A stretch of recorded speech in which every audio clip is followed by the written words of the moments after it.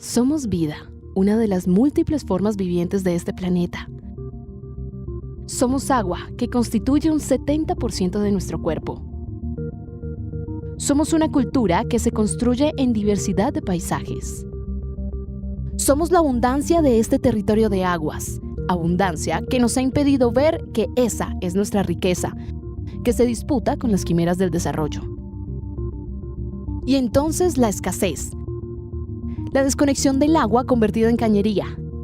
El despojo de las tierras despierta la resistencia, la voz que se alza por reivindicar la historia, por el derecho a construir desde lo propio.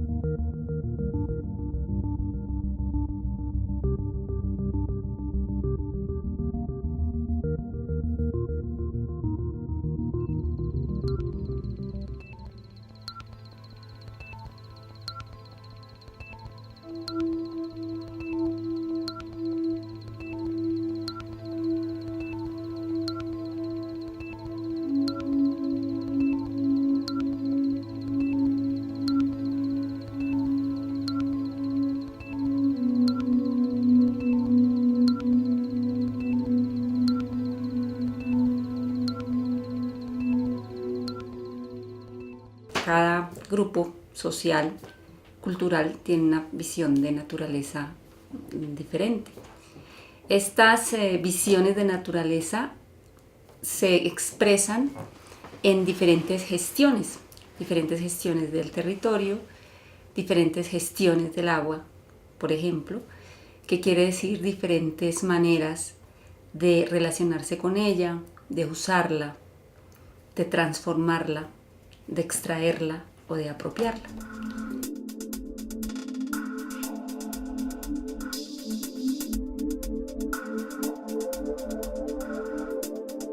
Y esa agua está pues, en la naturaleza, esa agua se da porque y está allí porque pues, su ciclo es regulado, hay una regulación del ciclo hidrológico a través de la atmósfera, a través de la funcionalidad de los ecosistemas y cuando hay transformación, digamos, de los ecosistemas, pues hay afectación de ese ciclo hidrológico y eso pues genera consecuencias en las comunidades, en los actores, los diferentes grupos sociales en los territorios específicos.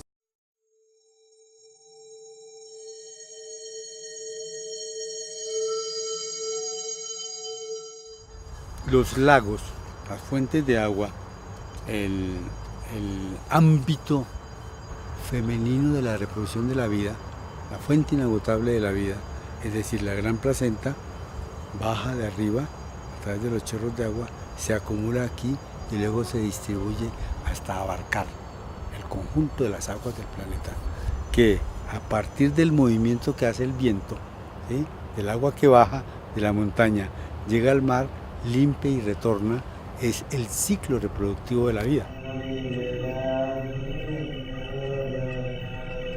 Eso, en esa suma del encuentro de lo femenino con lo masculino, es que adquiere sentido si suma. El mundo de arriba, pero entendido más como la columna que comunica el mundo de abajo con el mundo de arriba, el mundo de arriba con el mundo de abajo, el cenit con el nadir. Eso vendría a ser el recinto de los mayores espirituales y el recinto estelares y el recinto de los mayores ancestrales, los cuidadores de la memoria. Si suma para nosotros es como vivir la vida de uno y si se acaba eso no tenemos más dónde vivir. Es sentirme de parte de algo, no solo de una cultura sino de un terreno en el cual nacimos, estamos arraigados, esta parte, todo lo más, es como estar con Cira. Para mí el nevado es una fuente de agua que es la vida de uno. El agua es un agua limpia, natural, que cae del nevado, a un agua fría, un agua bonita. Ese ordenamiento ancestral del territorio establece al menos dos cosas que es clave tenerlas presentes. Una, que funciona como una auténtica Illara, columna del universo. Es decir, esta relación de aquí, sean aguas cristalinas, aguas profundas, aguas oscuras, aguas pesadas, etcétera, le establecen una naturaleza, pero sobre todo una función a estos puntos. Los territorios son a la vez territorios de naturaleza sagrada. Sisuma es una esfera de conocimiento, no es un punto físico.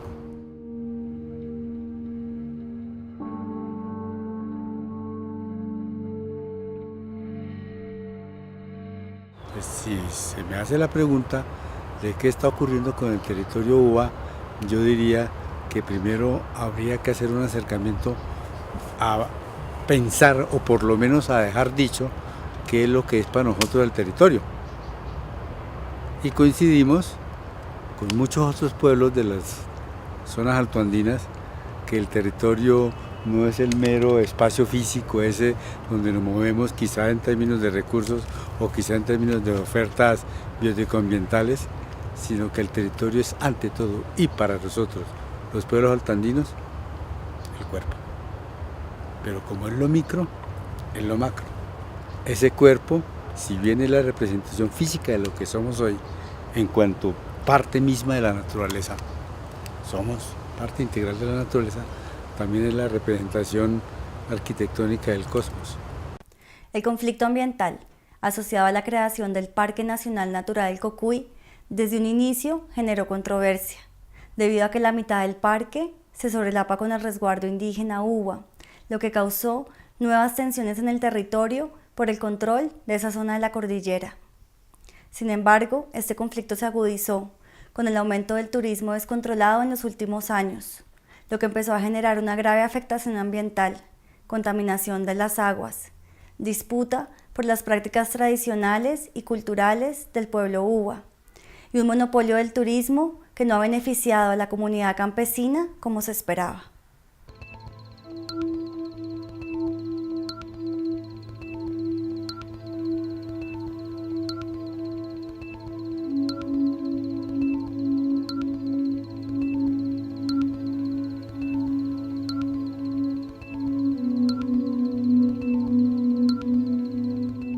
Si el nevado se acaba, pues no tenemos con qué vivir y con qué, lo mismo de persona y lo mismo los animales. Las personas que vienen acá no vienen como con ese espíritu con el que nosotros vemos este territorio, que es de protección, es de cuidarlo, es de no solamente las partes sagradas de nosotros, sino que es cuidar todo, ¿sí? Digamos el agua, como la naturaleza, todo. Entonces yo creo que ellos vienen solo a divertirse, solo a pasar el momento, pero no están viendo como el objeto especial que es para nosotros, que es cuidar cada punto de esta parte.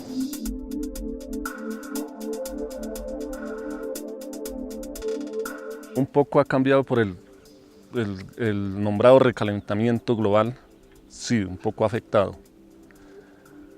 Pero también ha afectado el turismo, inclusive hasta las fuerzas militares cuando vienen a hacer sus acampamentos, ellos no contribuyen con el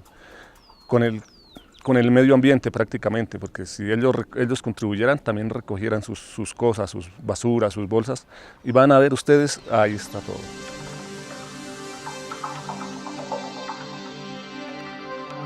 Sería bueno que no volviera el turismo a pisar el parque, se respetara la sierra, que es donde nace el agua que representa la vida de nosotros y de las próximas generaciones.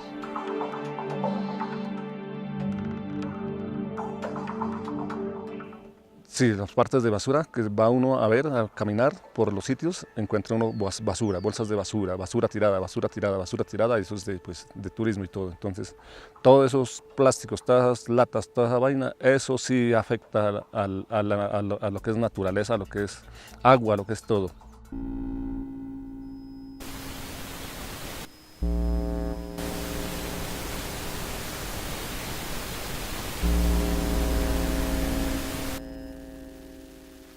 Se benefician del turismo un número mínimo de familias, podríamos decir del 1%, porque es que realmente quienes monopolizan el turismo son pocas familias de estos municipios.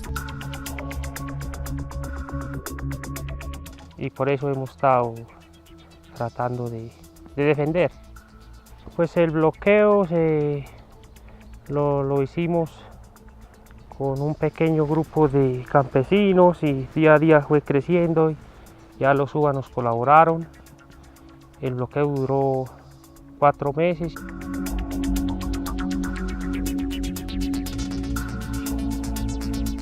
Se hace visible que el renglón económico sea el turismo, que no es, pero se hace visible porque esto genera grandes recursos, muchísimos recursos. ¿Para quiénes?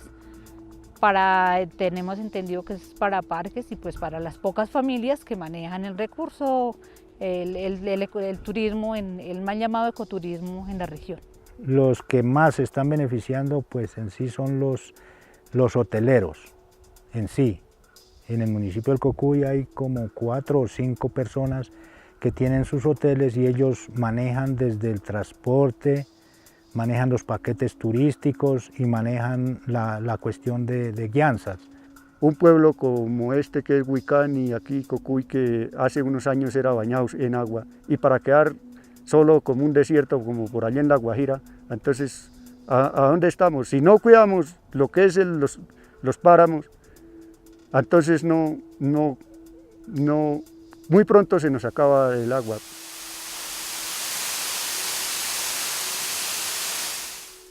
La gente está muy indignada porque se han hecho cualquier cantidad de acuerdos, mesas de concertación y nada se ha cumplido por parte del gobierno. Entonces, pues lo que se exige es el cierre definitivo e inmediato del Parque Nacional Natural El Cocuy.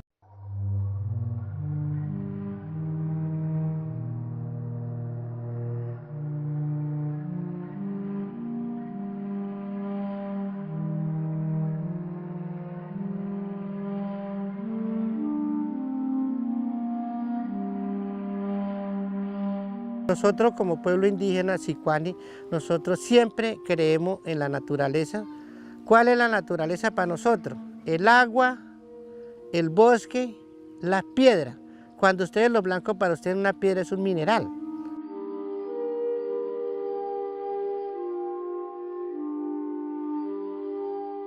Sicuani se dice Ainavi.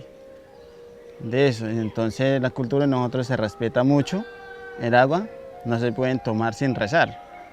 Ya uno cuando se reza, ahí sí uno puede tomar. Cuando las niñas le llega la primera menstruación y ellas no pueden ir al caño o al río a bañarse sin rezar o sin acompañar la familia. Entonces, y nosotros sacamos un balde y lo llevamos a la casa y lo bañamos la niña que tiene la primera menstruación.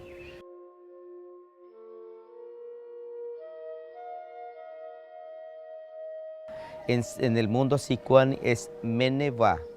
Meneva, que significa la madre agua. Si hay un animal, el agua consume esa agua, ese líquido. Y si no consume, se muere y nosotros no podemos cazar porque está muerto.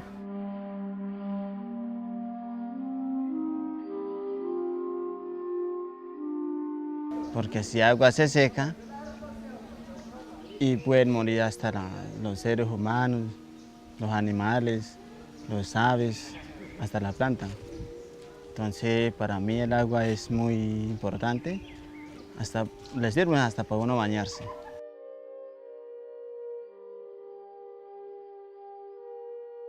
Dejar un tiempo libre para que los animales vuelvan a revivir, o las plantas, la fauna en sí vuelva a revivir, entonces los animales regresen otra vez y empiezan a multiplicar, y mientras que nosotros damos por allá en otro lugar, descansando acá, y allá estamos aprovechando, y luego ya a los 10 o 15 años retornamos nuevamente.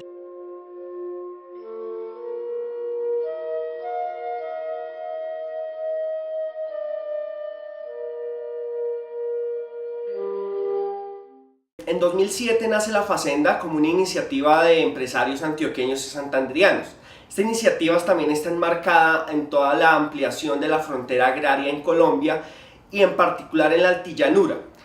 Está enmarcada en el COMPES 3797.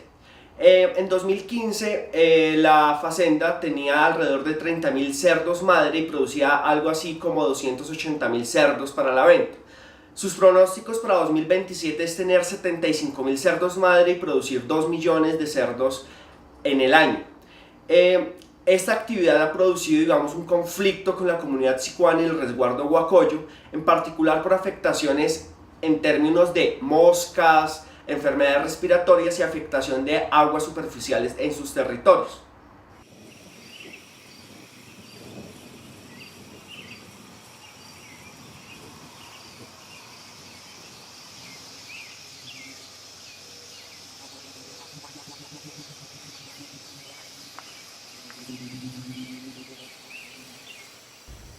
De aquí a la Facenda está como a 1 kilómetro nomás. Aquí cerquita, donde están las maiceras, detrás de la macera, ahí comienza la planta y después los garpones.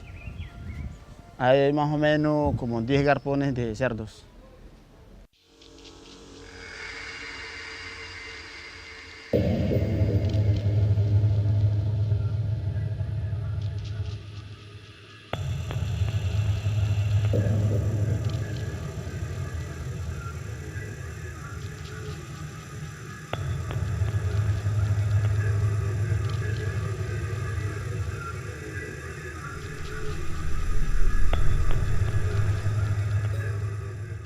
$45.000 cerdos, y eso de aquí para abajo está afectando bastante el caño, Muco, y ese caño es afluente al río Bichada y todo eso está perjudicando bastante.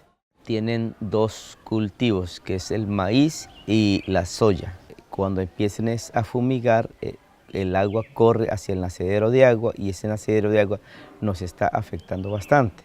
Muchos niños consumen aguas sucias que viene ya contaminada y los niños salen desnutridos o salen barrigoncitos, flaquitos y orejoncitos, por eso que es por medio de agua y oxígeno. Por lo del olor, pues no hay veces que cuando ya es como que se les cierran el pecho, sufren de gripa, la tos les atormenta por el olor, porque eso se le tapa lo que es la nariz, pues no pueden respirar por eso. Lo que lo de la fumigada, lo que es el veneno, le sufren por el ardor de la vista, le salen picaduras en el cuerpo, o sea, como que empiezan a rascarle, porque eso cae como un humo, y entonces uno le empieza como a rascar y ahí salen brotecitos.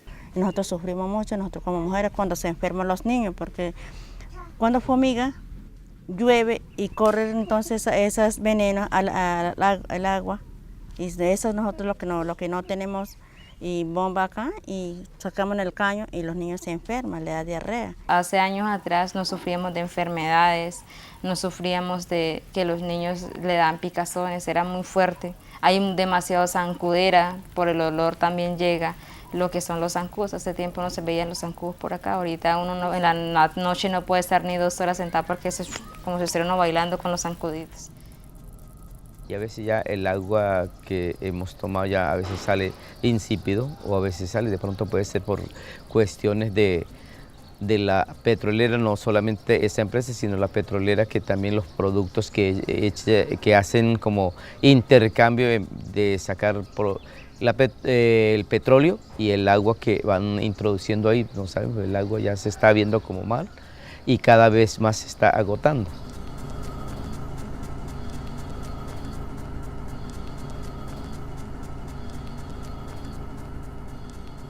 El popó del marrano también afecta mucho a la morichera, eso es como una infección para ella, ella se va secando solita, entonces pues por un lado también nos perjudica en eso también a nosotros, como artesanos y como comerciantes de la artesanía. Y se va secando porque ellos echan cal y un poco de química, entonces se va quemando. La empresa y nos limpia todo, entonces casi la mayoría de los médicos tradicionales no tienen dónde conseguir, como tener esas matas de yopo, ya casi no lo tenemos. Entonces ahorita ya muy poquito que encontramos médicos tradicionales, aunque ellos sepan cómo, pero no tienen dónde conseguir la semilla, cómo no tienen dónde conseguir con capi, porque ya lo limpian todas las empresas.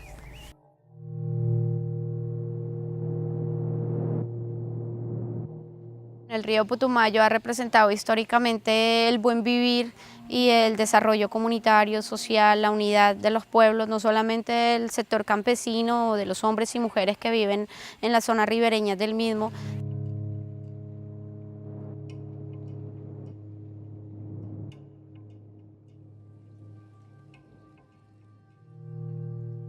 El río para nosotros es la vida. En el río hay historias que bajan, historias que suben, y siempre ha sido la fuente de vida de todas las comunidades ribereñas. Viven del uso del río, de la pesca, del transporte, del consumo de agua. El río en sí significa, no hay otra palabra, sino la vida. El río, además de ser una gran riqueza hídrica, representa un patrimonio de las diferentes comunidades, especialmente las comunidades indígenas que tradicionalmente han sido los dueños de ese territorio.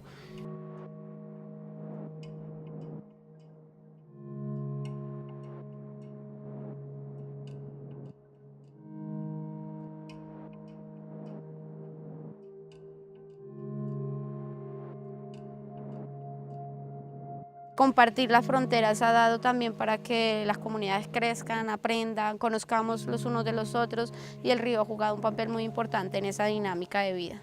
El río Putumayo para nosotros es fuente de vida, fuente de integración entre las comunidades. Por las diferentes cosas hemos quedado en este momento en diferentes partes de la región, y el río es fuente de comunicación. De las comunidades afro y su cultura alrededor de la práctica de las pescas, de lo que significa el cuidado y las reivindicaciones por lo que hoy se llama técnicamente los derechos del agua. Las comunidades siempre han implementado y han aplicado el derecho al agua, el respeto a la misma.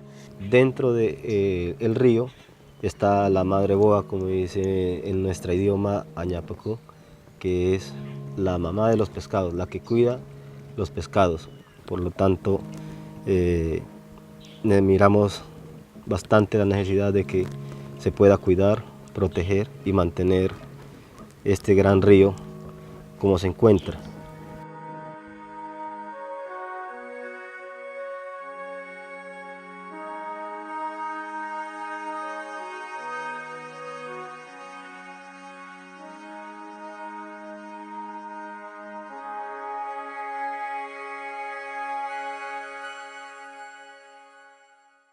La IRSA se construye a partir de 9 ejes de integración y desarrollo formados por más de 500 proyectos. Colombia hace parte de 2 de los ejes, el andino y el del Amazonas. 2 proyectos del eje del Amazonas están ubicados en el departamento del Putumayo. El primero es el proyecto Ancla, la carretera Pasto-Mocoa, que hace parte del grupo Hidrovía Putumayo. Y el segundo es la navegación del río Putumayo, que hace parte del grupo Red de Hidrovías Amazónicas. La navegabilidad del río Putumayo realmente es la canalización del río, y este es el proyecto que más incidencia tiene sobre territorios étnicos. Para hacer de un canal navegable se habla de obras de encauzamiento, de dragado y de control de caudales. Con esto la IRSA plantea un nuevo orden territorial basado en la interconexión vial, fluvial, eléctrica, gasífera, petrolera, que busca principalmente extraer bienes naturales y llevarlos a los mercados globales, atravesando procesos sociales y culturales de los territorios. Con la caída del Fondo Monetario Internacional y la apertura de ese fondo a lo que llamaron ahora la globalización, que no es sino simple y llanamente la unión de las grandes multinacionales para expoliar, robar y saquear a los países pobres que tienen los recursos que ellos necesitan, en el Putumayo se ha venido haciendo unas exploraciones a través de empresas para ver dónde están esos recursos y poder llevarse esos recursos. Ya en nuestro municipio se han venido construyendo infraestructuras tipo muelle en diferentes localidades como estrategia del desarrollo de ese macroproyecto.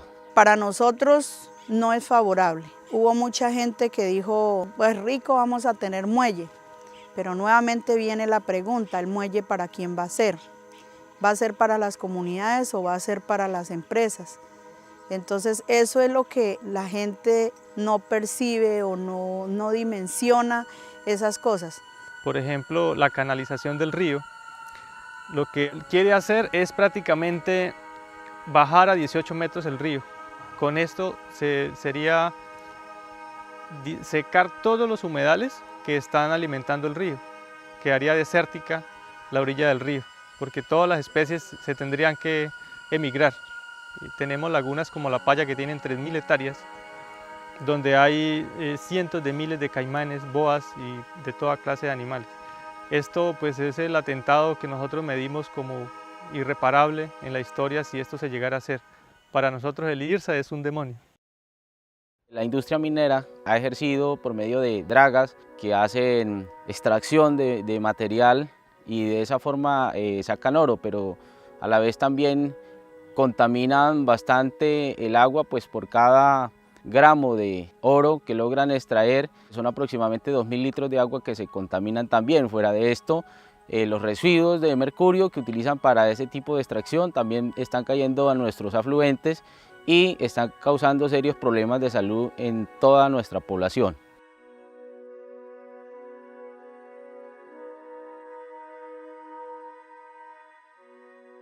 De aquí a 2,5 kilómetros está la vereda La Rosa, es donde hay 2 pozos petroleros a la cual hacían vertimientos de agua de formación a nuestro río. Entonces este río se ha venido afectando desde la parte de las petroleras y también todo lo que cae de las aguas negras de la cabecera municipal. Han sucedido enfermedades en nuestros niños, en las mujeres, en toda la comunidad prácticamente, y de esa misma manera va afectando nuestra subsistencia, porque el río es fuente de alimentación para nosotros con los peces, de ellos nos alimentamos, pero han habido momentos en los cuales no hemos podido acceder a esa alimentación porque saben a petróleo, el pescado se muere. Por otro lado, no podemos hacer consumo de esta agua cuando hay estas contaminaciones, estos regados de petróleo y diferentes cosas o químicos que le riegan al agua.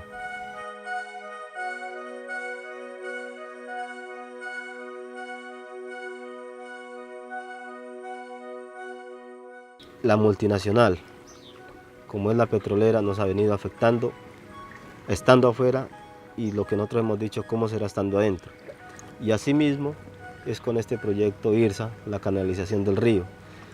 Como le hemos hecho frente a la petrolera, asimismo nosotros estamos haciendo y pensando en que debemos que hacerle frente a cualquier multinacional, a cualquier cosa que venga en contra de nuestra vida, en contra de nuestro territorio.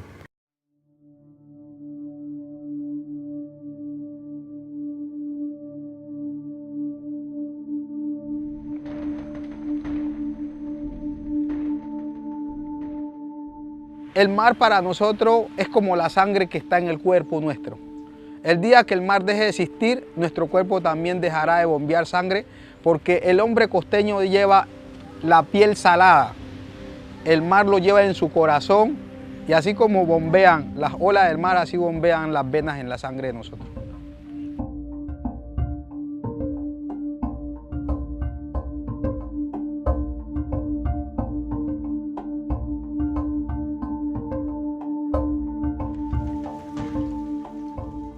Esa relación del mar y las comunidades frente a lo espiritual, yo creo que va más allá de la vida.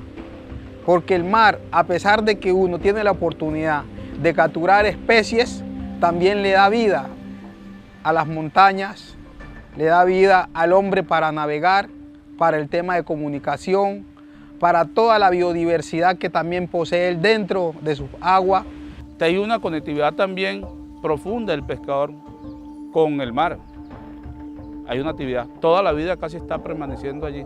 Hay faenas de pesca, gente que se va, pescadores que se van 15, de un mes se pueden ir 20 días a pescar y los 10 días están en la casa. Te imaginen la conexión que hay entre un pescador y el mar. Es un tema cultural de toda la vida.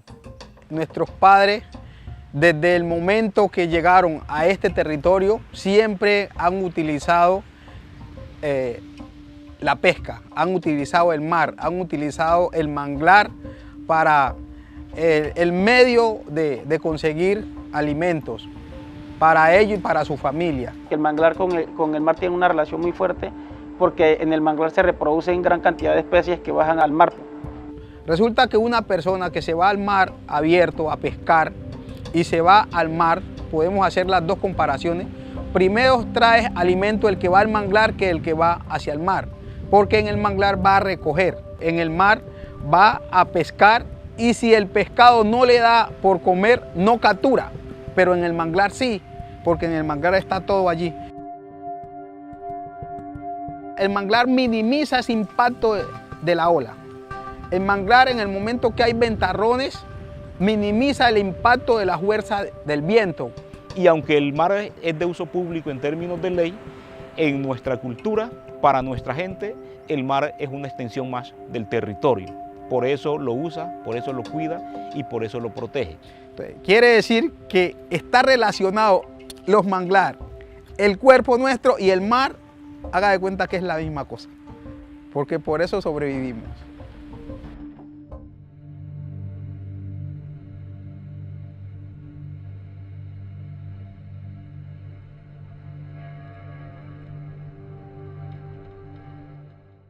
El Golfo de Triuga ha constituido un escenario estratégico para la conectividad, biodiversidad y actividad pesquera en el país.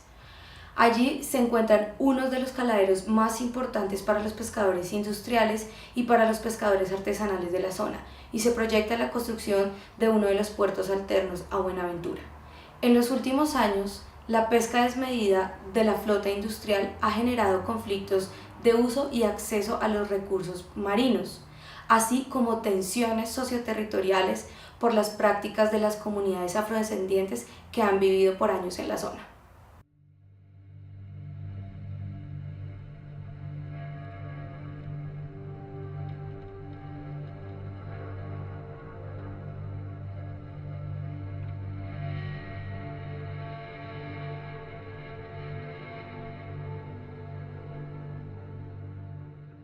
Porque es que el pescador artesanal de nuestra región es un pescador de una incidencia mínima. ¿Qué quiero significar? Que sus aparejos o elementos de pesca son pocos, son menores. Consta de una embarcación muy pequeña y unos equipos de pesca también muy pequeños. Frente a la flota industrial, que está asistida por una motonave con autonomía de combustibles, de aparejos, de personal, equipos de conservación. El pescador artesanal ha venido haciendo estas actividades casi que para el consumo y es muy poco lo que se va al mercado. La actividad industrial es netamente comercial, entonces las capturas son indiscriminadas.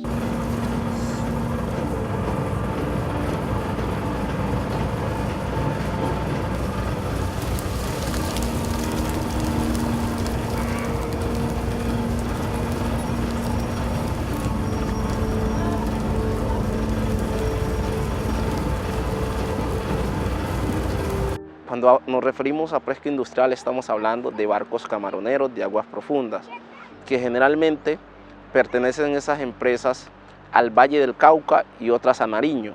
O sea, nosotros, los nuquiseños, no hacemos aprovechamiento de manera directa de recursos de camarones de aguas profundas. Entonces nosotros decíamos, bueno, está bien que el espacio marino es de uso público, pero nosotros tenemos que tratar de regular el área que nosotros nos movemos, porque si no cuidamos esto, el que no cuida lo que tiene, a pedir se queda.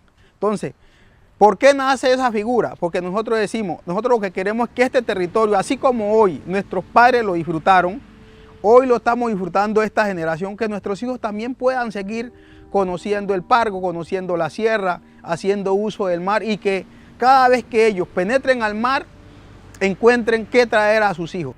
Entonces, de allí la necesidad de buscar la creación de una figura que permita no solamente seguir haciendo uso, sino que tomando decisiones respecto de ese espacio.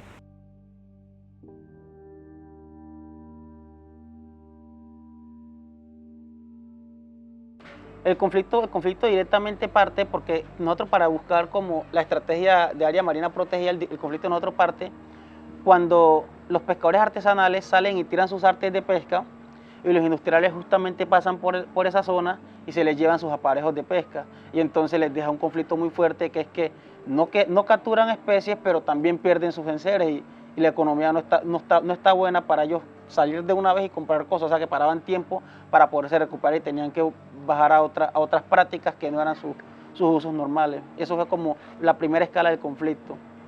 Tenemos un estudio donde dice que por cada 2 kilos de camarón que saca el barco se van 18 kilos muertos de otras especies.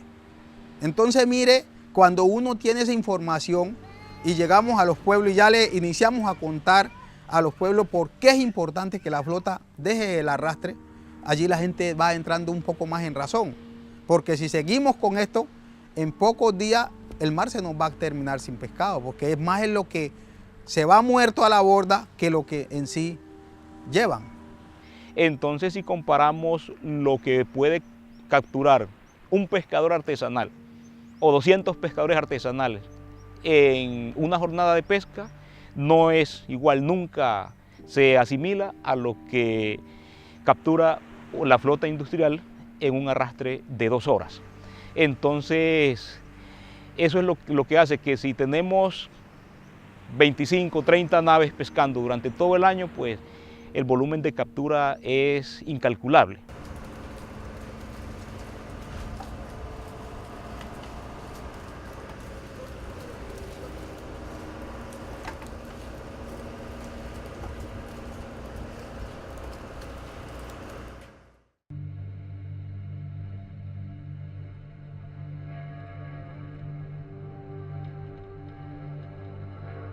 A ver, amenazando el manglar, en estos momentos tenemos varias amenazas. Primero que todo, por ahí en el 2004, que se hizo un primer estudio sobre la vía al mar.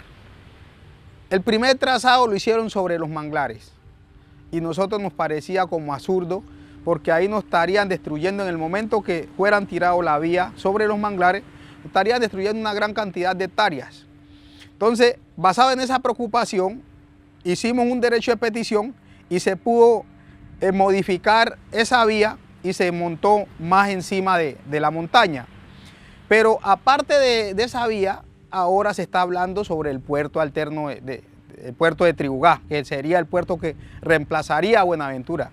Ese es un tema muy complejo, porque es que dependiendo de los intereses personales, por ejemplo, todas las personas que tenemos intereses colectivos, estamos en desacuerdo con el puerto. Pero los que tienen de pronto intereses personales, por un negocio, por una tierra, pues están de cierta manera pensando que el puerto les va a subsanar esas debilidades. Pero nosotros estamos pensando de que el puerto no es la mejor alternativa para nosotros. Primero, porque nos ataca, el puerto que se quiere crear en la ensenada de Tribugá y nos ataca las 1.600 hectáreas de manglar en plan de manejo, ya en uso sostenible, preservación y conservación, que tenemos organizadas para ese ecosistema se muere. La experiencia que nos dejó Buenaventura es que no nos deja beneficio a la gente local. Máximo lo que le puede dar es un puesto obrero, pero los mejores puestos y los mejores hangares lo tiene la gente de afuera. Y aquí, de cierta manera, detrás de un puerto vienen muchos intereses y lo que viene es conflicto interno para las comunidades, amenaza, prostitución, violación y hasta de pronto guerra, porque vienen personas a apretar a la gente de esas comunidades por tener un pedazo de tierra y decir, yo mando por aquí. Desde esas experiencias uno también está partiendo de que no quiere puerto, y nosotros incluso debido a eso estamos tratando de gestionar unos intercambios con personas de puerto para que nos cuenten un poco su historia y traérsela a las comunidades del Golfo de Tribugá para que inicien a sensibilizarse qué es cómo son las historias.